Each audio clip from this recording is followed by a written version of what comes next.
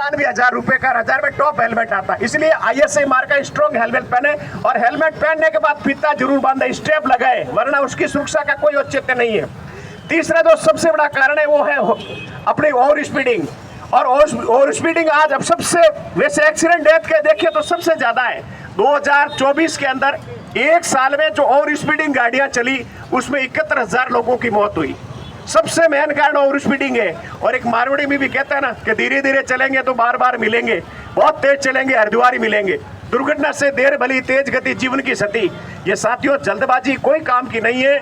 कोई मतलब नहीं है कि गंतव्य स्थान पे पहुंचो थोड़े टाइम पे रवाना हो, लेकिन अपन बैठ जाते हैं और लीड निकालना चाहता है रेस के ऊपर और ज्यादा फर्क भी नहीं पड़ता है, 5 या 7 मिनट का गैप निकालते हैं। लेकिन ओवर स्पीडिंग बहुत ही घातक और खतरनाक है, आपकी जिंदगी की रिस्क 20 गुना बढ़ा देती है। इसलिए गाड़ी हमेशा लिमिट स्पीड पे चलाए।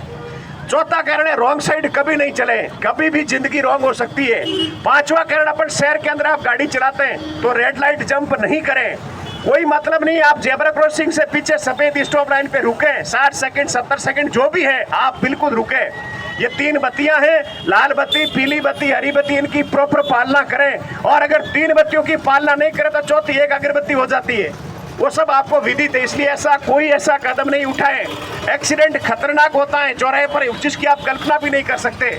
और 5वीं सबसे इंपॉर्टेंट भी चीज आपको कहते हैं, जब भी आप सड़क पर कहीं जाते हो, अगर किसी का एक्सीडेंट हो गया या कोई गाड़ी टक्कर मार के भाग गई, आप वहाँ खड़े हैं या न पास से गुजर रहे हैं, तो हर भारतीय का कर्तव्य है उसके पास जाए, उसे फर्स्ट एड दें। तुरंत अपनी गाड़ी से या मोबाइल 108 गाड़ी बुला करके या दूसरे की गाड़ी से उसको तत्काल निकटतम हॉस्पिटल पहुंचाएं।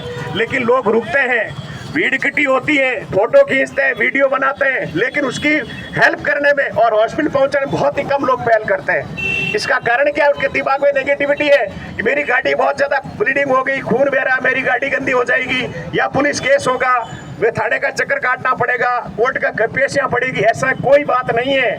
माननीय सुप्रीम कोर्ट की गाइडलाइन है, जो भी रोड एक्सीडेंट की हेल्प करता है, टाइमली 1 घंटे के अंदर अंदर हॉस्पिटल पहुंचाता है, वो एक अपराध नहीं कर रहा है, नेक काम कर रहा है। और सबसे इंपॉर्टेंट बात, आप किसी घायल को, अजनबी को हॉस्पिटल पहुंचा रहे हो, अगर पुलिस केस दर्ज हुआ है तो जो आदमी हेल्प कर रहा है उस आदमी का जबरदस्ती किसी को गवाह नहीं बनाएंगे।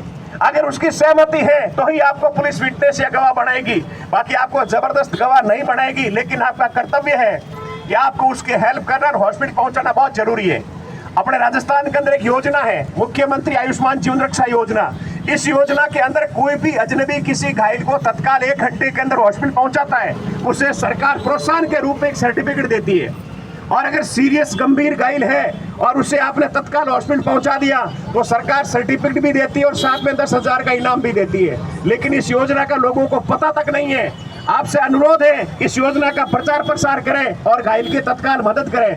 आप किसी भी पेशेंट को हॉस्पिटल लेके जाते हैं, कोई घायल है, तत्काल अपनी गाड़ी से एम्बुलेंस बुला कर रास्ते के अंदर आप 100 नंबर पुलिस को सूचित करें कि भैया यहाँ एक्सीडेंट हुआ है, मैं इस हॉस्पिटल ले जा रहा हूँ। पुलिस को इतला करें।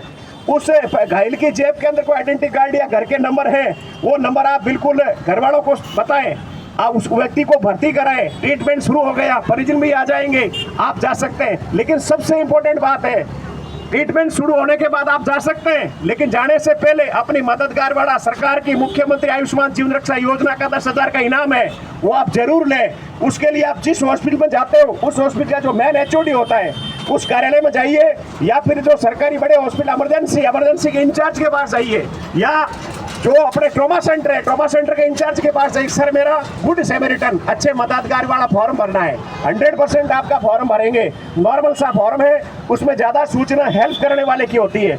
मदद करने वाला का नाम, पिता का नाम, आधार नंबर, जन आधार नंबर और मदद करने वाला का बैंक खाता संख्या और IFSC कोड नंबर। नीचे आपने एक्सीडेंट कहाँ हुआ, कितने टाइम में लेकर, रेस्पॉन्स टाइम 1 घंटा है, 1 घंटे के अंदर आपको एडमिट करवाना है, उसमें टाइम बाउंडेड है, टाइम लिखना है। नीचे उसकी मेडिकल रिपोर्ट, नॉर्मल है, सीरियस है, गंभीर घायल है, उसकी रिपोर्ट है, मेडिकल रिपोर्ट डॉक्टर अपनी भाषा में लिख देता है। नीचे डॉक्टर अपनी राय लिखता है कि इस मदद करने वाले व्यक्ति को बाकायदा 10,000 की राशि मिलनी चाहिए। ये राय पकड़ करके सबमिट करके फॉर्म ऑनलाइन जयपुर भेज देते हैं। आपका फॉर्म ऑनलाइन भेज दिया, आपको कहीं चक्कर काटने की जरूरत नहीं है। मात्र 10 दिन के अंदर जो अकाउंट नंबर दिए उसमें आपके 10,000 रुपए आ जाएंगे। बहुत अच्छी योजना है। और सर्टिफिकेट या तो हॉस्पिटल से बुला के देंगे या आप ई-मित्र से डाउनलोड करके ले सकते हो। इसलिए इस बहुत ही अच्छी योजना की है, इसका प्रचार प्रसार करें, लाभ उठाएं, लोगों की जिंदगी बचाएं, घायल की तत्काल मदद करें, उसकी जीवनदाता बने। और सबसे इम्पोर्टेंट चीज है, आज अपने देश में एक साल में 1,80,000 एक्सीडेंट बहुत है। एक दिन का अगर एवरेज देखें तो एक दिन में 500 के करीब लोगों की मौत एक्सीडेंट में होती है। एक घंटे में 20 से 25 लोगों की कैजुअलिटी एंड डेथ होती है।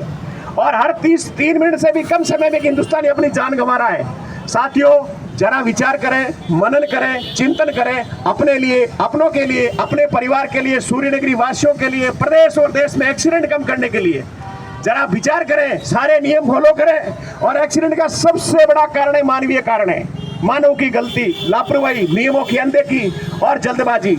जरा इनसे बचें और एक्सीडेंट कम करने में पूरा सहयोग सपोर्ट करें, ताकि आप और हम मिलके इस देश के अंदर एक्सीडेंट कम करने की मुहिम चलाइए। इससे बिल्कुल कारगर साबित करेंगे और एक्सीडेंट कम करेंगे, ताकि किसी माँ की कोख नहीं उजड़े, किसी बहन का माथे का सिंदूर नहीं जाए और किसी बच्ची के सिर से पिता का साया नहीं उठे। ये सब हमें केवल पुलिस प्रशासन का मामला नहीं है, हर भारतीय का कर्तव्य है। हम सब मिलकर अगर ये काम करें, नियमों से, अंतर्मन से, विवेक से काम करें, सारे नियम फॉलो करें, तो साथियों एक साल के अंदर 1 लाख से ज्यादा लोगों की जिंदगी एक्सीडेंट में हो रही है। इससे अपन बचा सकते हैं। करना कुछ नहीं, नियम पालन करना है। तो इस सुरक्षा की कड़ी में आप सहयोग करें, सपोर्ट करें, मोटिवेट करें। सबसे पहले शुरुआत खुद से करें, फिर अपने परिवार को समझाएं, उसके बाद अड़ोस पड़ोस को कहें, और इस जागरूकता की कड़ी से कड़ी मिलकर काम करेंगे, तभी हादसे कम कर सकते हैं। और हादसे का कोई बड़ा कारण नहीं है, छोटा सा कारण होता है, लेकिन इसके रिजल्ट गंभीर है कि आप कल्पना ही कर सकते हैं। क्या मेरी बात से सहमत है? Thank you sir. आप प्रतिज्ञा करें, लोगों को बताएं, प्रचार प्रसार करें, ताकि एक्सीडेंट कम हो सकते हैं। Thank you sir.